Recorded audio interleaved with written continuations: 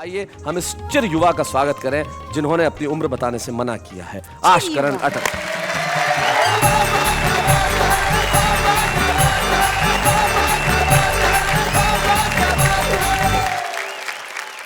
जैसा कि आपको पता है, बच्चों के सवाल बहुत ही प्यारे होते हैं लेकिन उतने ही खतरनाक।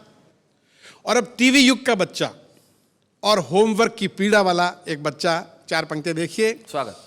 कि बच्चे ने पूछा होमवर्क करते करते, आदमी शादी क्यों करता है? अच्छा। बाप ने सवाल के वजन को तोला और फिर टालने के लिए बोला, आदमी शर्ट में बटन नहीं टांग सकता ना, इसलिए शादी करता है। अच्छा। बच्चे ने फौरन दूसरा सवाल किया, फिर दर्जी क्यों शादी करता है? आपके सारे बहाने बेकार हैं, मेरा होमवर्क करके दीजिए। इस होमवर्क के लिए आप जिम्मेदार हैं। अच्छा। आपने शादी की तो मैं आया तो स्कूल गया जी। स्कूल गया तो ये होमवर्क मिला। अब ये होमवर्क मैं क्यों करूं? शर्ट में बटन टांकने आपको नहीं आते थे, उसकी सजा मैं क्यों भुगतूं?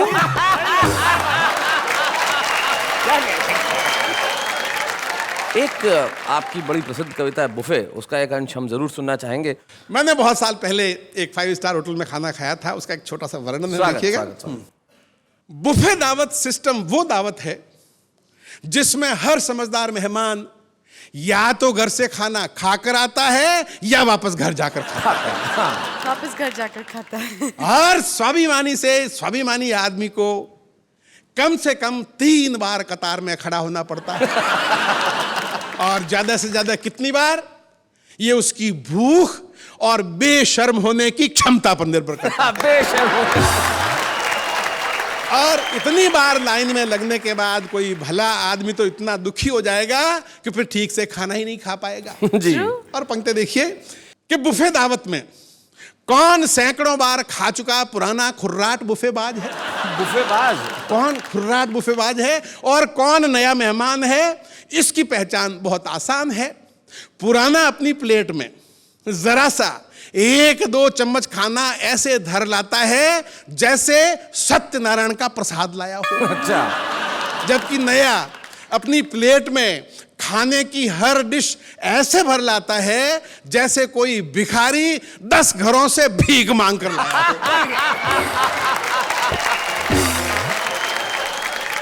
तो मैं भी एक दिन नया बुफे दावत में गया। युद्ध क्षेत्र की तरह फैला बड़ा सा हॉल, ऊपर से 5 स्टार होटल का आतंकित माहौल, ढाल और तलवारों की तरह प्लेटों और चम्मचों की आवाजें, और उसमें चक्रव्यूह में फंसे अभिमन्यु में। अच्छा। मैंने कूपन लिया तो ऐसा लगा जैसे खाने का लाइसेंस मिल गया।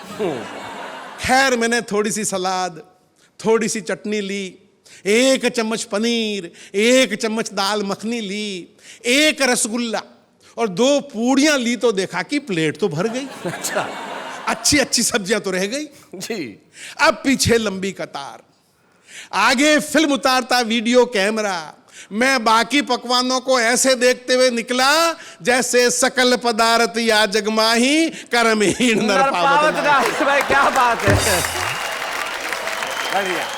और एक सीन आपके साथ में हुआ होगा कि प्लेट में कटोरियां रखता तो खाने के लिए स्थान नहीं बचता। सही बात है। और बिना कटोरी के खाना लिया तो दाल में रसगुल्ला और रायते में सब्जी मिल गई। और पता नहीं क्या मिलकर पता नहीं कौन सी डिश बन गई। जी। और बुफे दावत पे आपने देखा होगा, वहां आदमी खाना खाने के लिए कम आता है, बातें करने के लिए ज्यादा आता है। अब मैं जो ही एक प्लेट में खाना भर के एक तरफ कोने में जाके खड़ा होके खा रहा था, एक भाई साहब आए और आते ही पूछा, आपने रसगुल्ला तो लिया ही नहीं? अच्छा। मन में आया बोल दूं, ये दाल और चटनी में डूबा पड़ा है, वो रसगुल्ला ही है। बहुत अच्छे। अंतिम पंक्तियां, वाह रे बुफे तेरी बलिहारी, उल्टी ही रीत है सारी, बचपन में गांव में सीखा था कि खाना हाथ धोकर खाओ, जूते उतार कर खाओ। क्या बात है। खाते खाते बातें मत करो और खाने के बाद अच्छी तरह कुल्ला करो। जी। उस दिन वहां सब बिना हाथ धोए और जूते पहन के खा रहे थे, खाते खाते बातें भी किए जा रहे थे और खाने के बाद मेरे बेटे किसी ने कुल्ला नहीं किया। क्या बात है। भारतीय संस्कृति में ऐसों को गंवार कहते हैं। क्या बात है। उस दिन 5 स्टार होटल में पता चला वहां कुल्ला करने वालों को गंवार समझते हैं। क्या बात है। वाह वाह वाह वाह वाह वाह। ये कविता जो अटल जी सुना रहे हैं, ये छत्तीसगढ़ में 11वीं कक्षा में हिंदी के पाठ्यक्रम में पढ़ाई जाती है, तो हमें लगता है आपको वो कविता जरूर सुनानी चाहिए। बहुत खूब। कविता का शीर्षक है क्या हमारे पूर्वज बंदर थे। घर में पाते ही एकांत मैं रटने लगा डार्विन का सिद्धांत। हमारे पूर्वज बंदर थे, हमारे पूर्वज बंदर थे, और जब मैं रट रहा था तब पिताजी अंदर थे। बहुत अच्छे। तब पिताजी अंदर थे, वे आए और चिल्लाए ये क्या बकता है, पूर्वजों को बंदर कहता है। सोचा था पढ़ेगा लिखेगा, बाप दादों का नाम रोशन करेगा, नाम रोशन करना तो रहा दूर, उल्टे बता रहा उनको लंगूर। पिताजी ने खींच के एक हाथ दिया, मैंने डार्विन साहब को याद किया कि आप तो मर गए, मेरी जान को मुसीबत कर गए जी। बंदर को पूर्वज मानू तो घर में पिटाई, और ना मानू तो स्कूल में धुलाई। जी। मैंने सोचा सबसे पूछा जाए और फिर किसी नतीजे पे पहुंचा जाए। मैंने पूछा अपने पड़ोसी से क्या हमारे पूर्वज बंदर थे, वे बोले तुम्हारे होंगे, हमारे पूर्वज तो अग्रवाल थे। बहुत अच्छे। पंक्ति देखिएगा जी। कि दादाजी एक दिन सायंकालीन आम के एक भयंकर शौकीन अपने मित्र राम दुलारे के संग बाजार को गए। आम का दाम सुन राम दुलारे राम को प्यारे हो गए। दादाजी मुंह लटकाए घर वापस आए। मैंने दादाजी से पूछा क्या आदमी पहले बंदर था।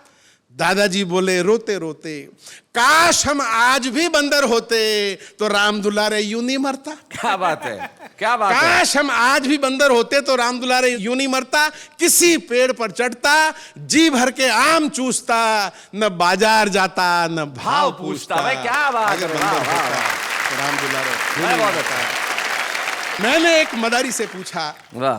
क्या आदमी पहले बंदर था। वो बोला देख भैये, हम आदमियों को बंदर से मुकाबला नहीं करना चाहिए। कहां आदमी कहां बंदर, आदमी की आज क्या है कदर। मैं जग बीती नहीं आप बीती सुना रहा हूं, अपने घर की बात बता रहा हूं। मेरे एक बंदर जैसा बेटा है और एक ये बेटे जैसा बंदर है। वाह वाह वाह वाह। क्या बात है। बहुत अच्छे। बहुत बढ़िया। मेरे एक बंदर जैसा बेटा है और एक ये बेटे जैसा बंदर। मैंने इसे नचा नचा कर उसे पढ़ाया लिखाया, वाह वाह। एमए पास कराया। 3 साल हो गए, वो आज भी नौकरी के लिए मारा मारा फिरता है, और ऐसे में ये बंदर मेरे पूरे परिवार का पेट भरता है। भाई क्या बात है। बहुत अच्छा। बहुत बढ़िया। दुनिया में हजारों भाषाएं होती हैं, मुस्कुराहट सिर्फ वो भाषा है जिसे कोई भी बोल सकता है और जिसे एक बच्चा भी समझ सकता है। क्या बात है। वाह। और उसी भाषा का ये कार्यक्रम जिसमें आपने मुझे बुलाया, मैं आभारी हूं, और मैं कोशिश करूंगा कि कुछ ठाके आपके इस कार्यक्रम में जोड़ के जाऊं। क्या बात। मैंने अखबारों में पढ़ा है कि आजकल महिलाएं वो पुरुषों के कंधे से कंधा मिलाकर आगे बढ़ रही हैं। अच्छा। पता नहीं किन पुरुषों के कंधे से कंधा मिलाकर आगे बढ़ रही हैं। मेरे कंधे को तो सौभाग्य अभी तक मिला नहीं। जिनके कंधों को सौभाग्य मिला उनको बहुत बहुत बधाई है। अक्सर मैंने देखा है कुछ लोग हैं अपनी पत्नी को सरकार कह के बुला दिया करते हैं, और ऐसे में मैंने देखा है कि पत्नी बहुत ही दुख और पीड़ा का अनुभव करती है जी। और मैं चूंकि ऐसा शरीफ कवि हूं जिससे किसी और की पत्नी की पीड़ा देखी नहीं जाती, इसलिए सब पत्नियों की तरफ से 4 पंक्तियों में जवाब दे रहा हूं। स्वागत। कि पति देव दफ्तर से आकर पत्नी से बोले मुस्काकर, ये सज धज ये सिंगार क्या इरादा है सरकार। तो पति का ये संबोधन सुनकर पत्नी बोली रुआंसी होकर कि आप हमें कुछ भी कहते रहिए किंतु सरकार मत कहिए, हम भी अखबार पढ़ते हैं। अच्छा। हम भी अखबार पढ़ते हैं, सरकार कैसी होती है सब समझते हैं। भविष्य में यदि आप हमें सरकार कह के बुलाएंगे तो याद रखना पछताएंगे।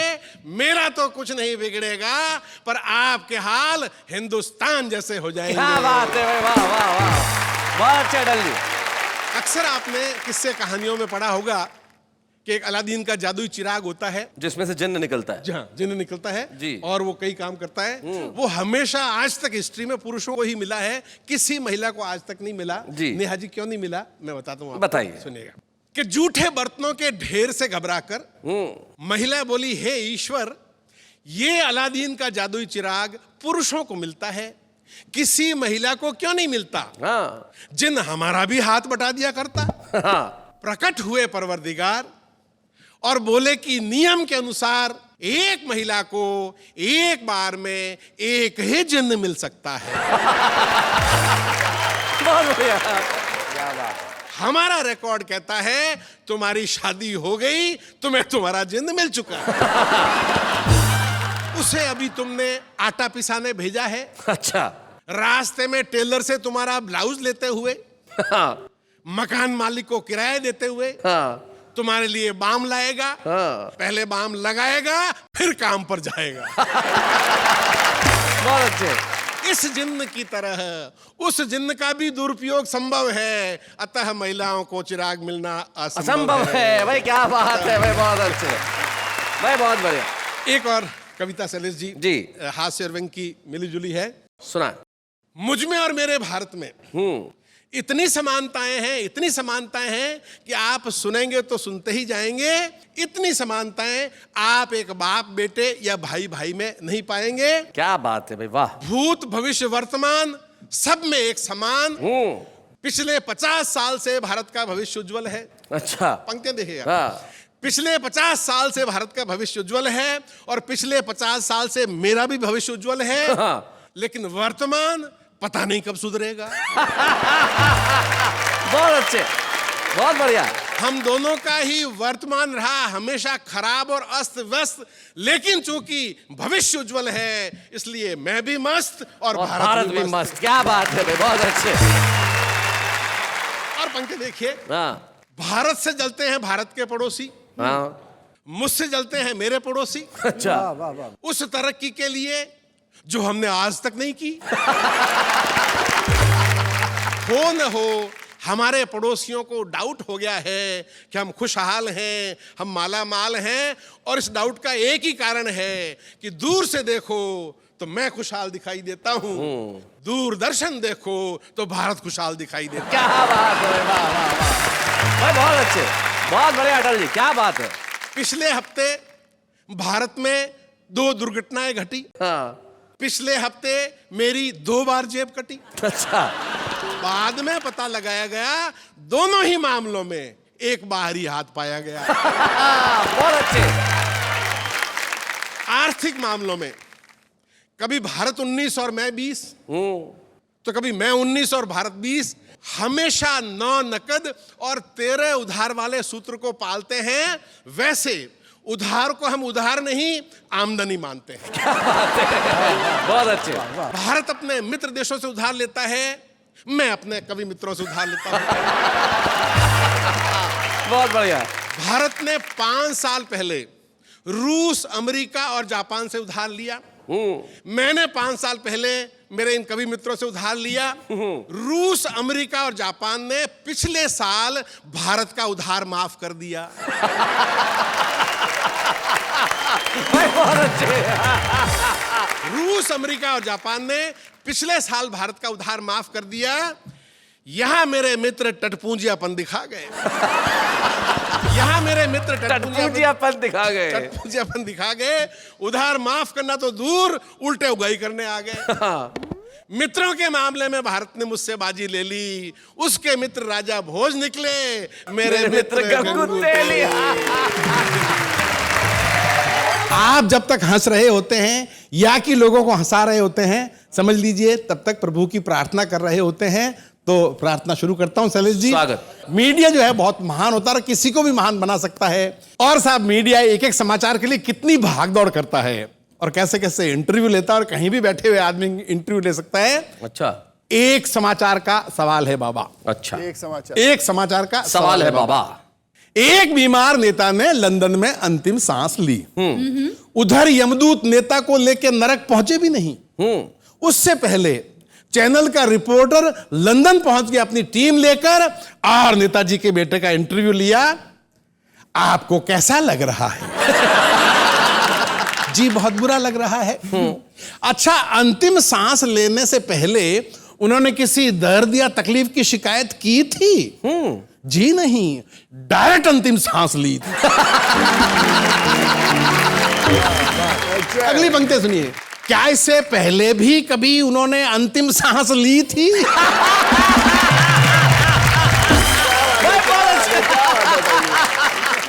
जी कोशिश तो की थी, लेकिन डॉक्टरों ने लेने नहीं दी। अच्छा, वे लंदन क्यों आए थे? जी अंतिम सांस लेने के लिए। वे ये अंतिम सांस भारत में भी ले सकते थे, इसके लिए इतना दूर क्यों आए? जी राष्ट्रहित में आए। हमारा देश का नेता जो भी काम करता है राष्ट्रहित में आए। अच्छा, अंतिम सांस लेने के बाद क्या हुआ? जी अंतिम सांस लेने के बाद वे मर गए। क्या उनको पता था कि अंतिम सांस लेने के बाद वे मर जाएंगे? बहुत अच्छे। जी पता था। जब उनको पता था कि अंतिम सांस लेने के बाद वे मर जाएंगे, फिर उन्होंने अंतिम सांस क्यों ली? बहुत अच्छे। जी राष्ट्रहित में ली। और साहब अंतिम सवाल का मजा लीजिए। क्या इस परंपरा को आगे बढ़ाया जाना चाहिए? बाकी नेताओं को भी राष्ट्रहित में मरने के लिए आगे आना चाहिए। बहुत बढ़िया, बहुत अच्छे, बहुत अच्छे। और शैलेश जी, आप आज्ञा दें तो एक रचना और सुना दूं? जी, आपकी एक रचना जो आपने दो फलों को प्रतीक बना के लिखी है, वो जरा एक छोटी सी कविता सुना दें तो बड़ा मजा आएगा। एक होता है डाकू, एक होता है चोर। दोनों दूसरों का धन हड़पते हैं, लेकिन जो समाज में इज्जत डाकू की है वो चोर की नहीं है। क्योंकि डाकू लूटने के साथ में मारता है, हाँ, और चोर मारता नहीं है। जी। हम उससे इतना ज्यादा प्यार क्यों करते हैं जो मारता है? इस बात को मैंने दो फलों के माध्यम से कहा। एक आम होता है, एक केला होता है, और आम फलों का राजा कहलाता है। और सुनिएगा, स्वागत। अखबार में फलों पर लेख आया। लेख में लेखक ने आम से ज्यादा केले को लाभदायक बताया और कहा कि आम महंगा बिकता है, मगर स्वास्थ्य की दृष्टि से केले के सामने कहीं नहीं टिकता है। बात आम आदमी को जची, लेकिन खास को अखरी। उसने कहा, आम और केले की क्या बराबरी? और पंक्ति देखना, आम के मौसम में अक्सर ये फरमान आता है कि दिल्ली वाले चाचा जी को मुंबई का हापुस आम बहुत भाता है, आपका जब हो दिल्ली आना 5-6 दर्जन हापुस लाना। कभी किसी ने सुना आज तक कि झांसी वाले चाचा जी को सूरत के केले पसंद है? आपका जब वो झांसी आना 5-6 दर्जन केले लाना। सही बात है, कभी नहीं सुना। और आम के मौसम में जिस घर के बाहर आम के छिलकों का बड़ा ढेर मिलता है, उस घर के लोगों का सफाई वाला भी सम्मान करता है। क्या बात है भाई, बहुत बढ़िया अटल जी, बहुत अच्छे, बहुत अच्छे। उस घर के लोगों का सफाई वाला भी सम्मान करता है कि यहां आम खाया जाता है, आम इज्जत बढ़ाता है, इसलिए फलों का राजा कहलाता है। तब आम आदमी को आम के सारे नखरे याद आए। उसने खास को गिनाए कि आम आदमी को मिलता नहीं जी, खास आदमी को पचता नहीं, वाह, भाव पूछने वाले का चेहरा उतार देता है, और खाने वाले का सावधानी पूर्वक नहीं खाए तो हुलिया बिगाड़ देता है। आम है 4 दिन की चांदनी, इसलिए है इतना आदर।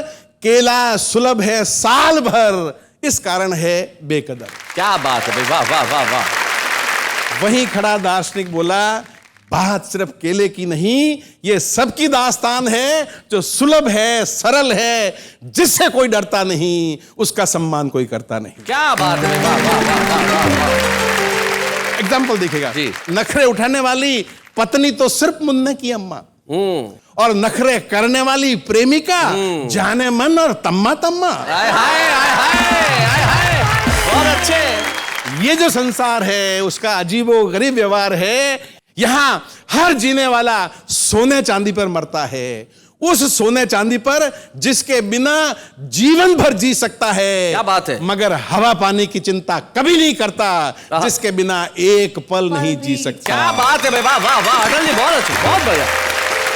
शीर्षक है साजन और सावन। साजन और सावन। और अक्सर सावन आता तो सजनी को सावन भी चाहिए, पता नहीं दोनों एक साथ क्यों चाहिए। जी। एक छोटा सा चित्र देखिएगा कि गांव में टीचर बैठी सुस्ता रही थी और एक गीत गा रही थी, ओ सावन के बदरा आए नहीं हमारे सजना अब के नहीं बरसना। अच्छा। आए नहीं हमारे सजना अब के नहीं बरसना। मुखिया जी टीचर के पास दौड़े और हाथ जोड़े कि इतना सा काम आप हमें क्यों नहीं बताते हैं, हम आपके सजना को कान पकड़ के ले आते हैं। टीचर बोली ये क्या बला है, मेरा सजना आए या ना आए ये मेरा व्यक्तिगत मामला है। सही बात है। मुखिया जी बोले भाड़ में जाए आपका सजना, हमें उससे क्या करना, पर सावन तो आपका व्यक्तिगत नहीं है। सही बात है। आप उससे क्यों कहती हैं कि अब के नहीं बरसना, सूखा पड़ जाएगा, बच्चे हमारे भूखों मरेंगे, आपके सजना के बाप का क्या जाएगा। बहुत अच्छे। और हमें तो आपके सजना के लक्षण अच्छे नहीं लगते। हाँ। हमारी तो किस्मत ही खराब है, पिछले साल कीड़े फसल खा गए थे, इस बार आपका सजना मरवाएगा।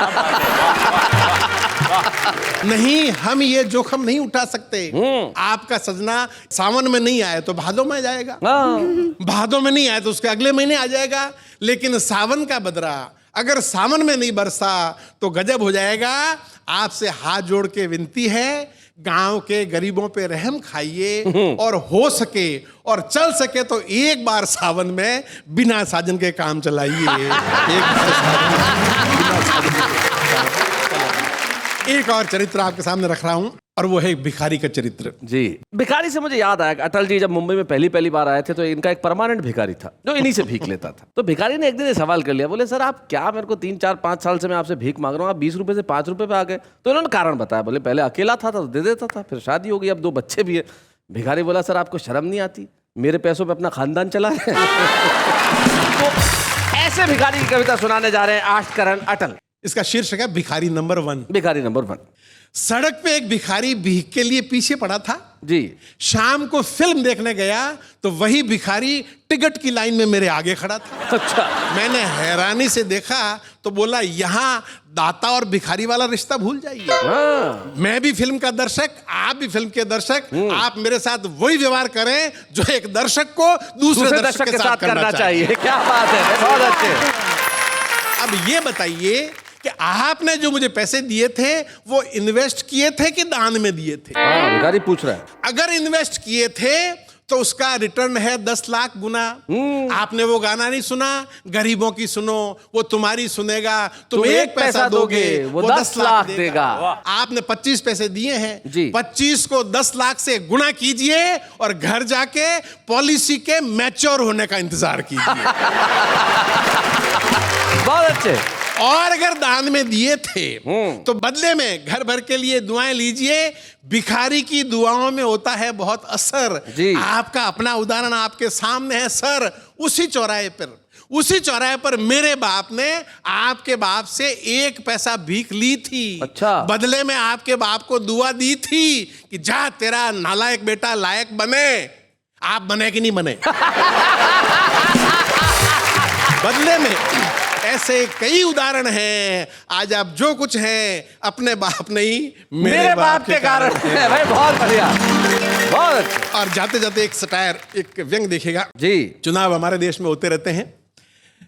गांव में नई सड़क बनते देखकर और गली के नुक्कड़ वाली पंचायत की बत्ती जो हमेशा बुझी रहती थी आज जलते देखकर एक बुढ़िया ने सरपंच से पूछा, बेटा चुनाव होने वाला है क्या? वाह वाह, बहुत अच्छे। बेटा चुनाव होने वाला है क्या? अभी 2.5 साल पहले ही तो हुआ था। तो सरपंच ने हाँ में सिर हिलाते हुए बुढ़िया से कहा, ये सब दल बदलुओं के कारण हुआ। उन्होंने दल बदलकर सरकार गिराई, इसलिए चुनाव से पहले चुनाव की नौबत आई। क्या बात है। बुढ़िया ने पंचायत की जलती हुई बत्ती को देखा, नई बनती हुई सड़क को याद किया और देश के हर दल बदलू नेता को सच्चे मन से आशीर्वाद दिया, जुग जुग जियो, बार बार दल बदलो, तुमने हम पर बड़ी कृपा की है। ये पंचायत की बत्ती जो 5 साल बाद जलने वाली थी तुमने 2.5 साल में जलवा दी। रुपए के गिरने की जो खबर आई हम सबने पढ़ी थी, रुपया बहुत गिरा, लेकिन रुपया उतना कभी नहीं गिर सकता जितना आदमी रुपए के लिए गिर सकता है। क्या बात है, बहुत बढ़िया। अब जिस कविता के लिए मुझे मंच से आदेश हुआ है मैं वो जी। सुनाना चाहता हूँ। स्वागत। कविता का शीर्षक है वेजिटेरियन कवि इन अमेरिका। वेजिटेरियन कवि इन अमेरिका। ये कविता मैंने शैलेश लोढ़ा और सुरेश जी पे लिखी है। जी। हाँ, लोग बाग नेताओं पे लिखते हैं, लोग बाग पुलिस वालों पे लिखते हैं।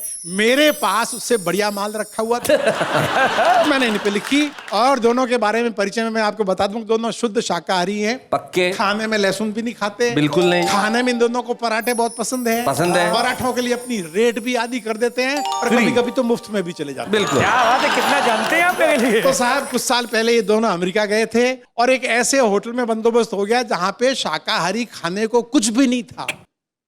2 दिन तक लगातार भूख से मरने की नौबत आ गई। और मैंने एक शेर सुना, उसमें एक पंक्ति है कि भूख इंसान को गद्दार बना देती है लेकिन भूख इन बहादुरों को मांसाहारी तक नहीं बना सकी। क्या बात। एक बार इनके सम्मान में तालियां बजा दीजिए। क्या बात। धन्यवाद धन्यवाद। यूं तो बढ़िया होटल में इंतजाम था, आराम ही आराम था। वाह। लेकिन होटल के रेस्टोरेंट में पानी के अलावा सब कुछ था मांसाहारी और ये दोनों कवि थे शाकाहारी। धर्म बचाते तो प्राण गंवाते, प्राण बचाते तो धर्म गंवाते। किससे करते फरियाद, आयोजक आने वाला था 2 दिन बाद। क्या बात। क्या बात। शैलेश जी और सुरेश जी ने 50वीं बार पानी पिया और 60वीं बार संकल्प लिया, रघुकुल रीत सदा चली आई, प्राण जाए पर मटन न खाई। प्राण जाए पर चिकन न खाई। क्या बात है। टीवी पर न्यूज आ रही थी, अगले साल अमेरिका वाले मंगल पे पहुंच जाएंगे। शैलेश जी बोले ये अमेरिका वाले मंगल पे तो पता नहीं पहुंच पाएंगे कि नहीं पहुंच पाएंगे, इनकी धरती पे एकाध कवि भूख से मर गया तो नरक जरूर पहुंच जाएंगे।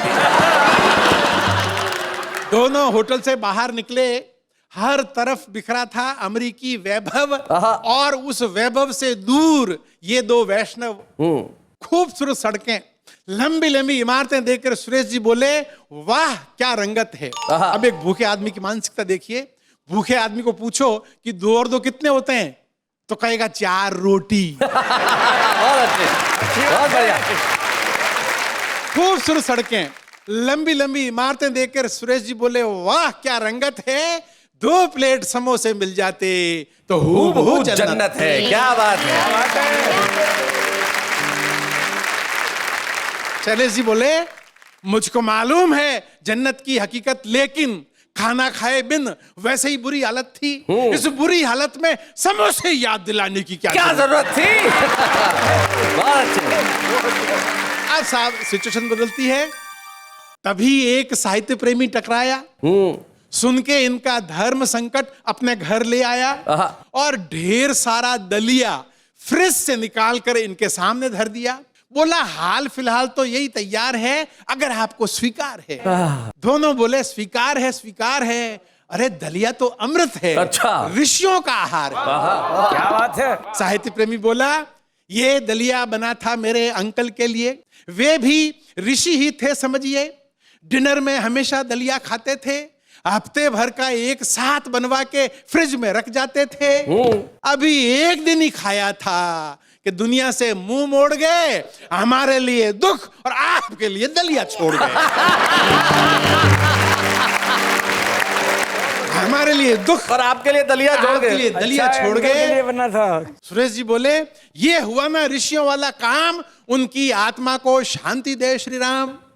साहित्य प्रेमी बोले दाने दाने पे लिखा है खाने वाले का नाम, जितने दानों पे उनका नाम था उतना ही उन्होंने खाया। शैलेश जी बोले उनकी शराफत देखिए, हमारे नाम वाले दानों को हाथ भी नहीं लगाया। बहुत अच्छे अटल जी। अब दोनों दलिये पर टूट पड़े, ठूस ठूस के खाया और हर कौर के साथ साहित्य प्रेमी का आभार जताया। आप महान हैं, देवता समान हैं, आपने दलिया नहीं खिलाया है, वैष्णव धर्म बचाया। क्या बात है। आपके जैसा साहित्य प्रेमी ढूंढे से नहीं मिलेगा, हिंदी साहित्य आपका सदा ऋणी रहेगा। अब देखिए फिर सिचुएशन बदलती है जी। अब इसे इनका नसीब माने या ऊपर वाले का मजाक जाने, इधर ये बासी दलिये से पेट भर रहे थे, उधर गरम पराठों का निमंत्रण लिए आयोजक के एक रिश्तेदार होटल में इनका इंतजार कर रहे थे। अच्छा। ये लौट के आए तो पता चला वे अभी अभी घर गए हैं। इनके लिए पता और ये मैसेज छोड़कर गए हैं कि 1 घंटे तक इंतजार करूंगा, फिर नहीं मिल सकूंगा। आ जाइए, खाना तैयार है। आलू के पराठे, मटर पनीर और साथ में अचार है।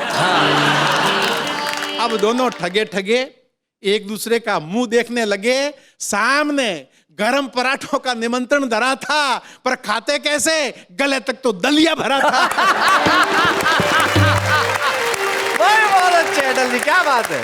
और साहब, आदमी की फितरत देखिए कि आदमी कितना एहसान फरामोश हो सकता है। देखिए सुरेश जी, आदमी की फितरत देखिए, आदमी की फितरत देखिए कि जो दलिया कुछ देर पहले अमृत समान था, अब वो अमृत समान न रहा। जो साहित्य प्रेमी कुछ देर पहले महान था, अब वो महान न रहा। अब वो महान न रहा। शैलेश जी ने शराब देते हुए कहा, तेरा सत्यानाश हो। साहित्य की दुम, उल्लू की घोड़ी, पेट में एक पराठे की जगह नहीं छोड़ी। सुरेश जी बोले, यहां अमेरिका आकर भी दलिया ही खाते हो? इस जिंदगी का 1 दिन का भरोसा नहीं, फिर 7 दिन का दलिया एक साथ क्यों बनाते हो? बहुत बढ़िया। दाने दाने पे लिखा है खाने वाले का नाम। पूरे अमेरिका में उस बासी दलिये पर हम दोनों को लिखा था ना। कर गए ना दुश्मनों वाला काम। इनके चेहरों पे उभर आया दर्द देखकर होटल का मैनेजर बोला, can I help you sir? Shailesh ji बोले, चिढ़ते चिढ़ते, तुम तो क्या, तुम्हारे राष्ट्रपति भी इसमें हेल्प नहीं कर सकते। बहुत अच्छे। मैनेजर की कल्पना से परे था इनका दुख, इनका अवसाद। विदेशी क्या जाने भारतीय भोजन का स्वाद। पंजाब के समोसे, दक्षिण के डोसे, कोलकाता के रसगुल्ले, क्या बात। दिल्ली की चाट और दही भल्ले, मारवाड़ की दाल बाटी, मुंबई की पाव भाजी, हर पकवान का स्वाद निराला, जिसके सामने ये बर्गर वर्गर टिकता कहाँ है साला। क्या बात है भाई, वाह वाह वाह। उसी स्वाद के कारण हम चांद पर गए नहीं। क्या बात है भाई, बहुत बढ़िया लाइन है, वाह वाह वाह। उसी स्वाद के कारण हम घर से निकले नहीं। उसी स्वाद के कारण कितने मुल्कों ने हम पर हमले किए, पर हमने किसी मुल्क पर हमले किए नहीं। बस स्वादिष्ट और मसालेदार खाना खा लिया तो ऐसा लगा जैसे तीनों लोग का राज पा लिया। क्या बात है भाई, वाह वाह वाह वाह वाह वाह। बहुत बहुत धन्यवाद।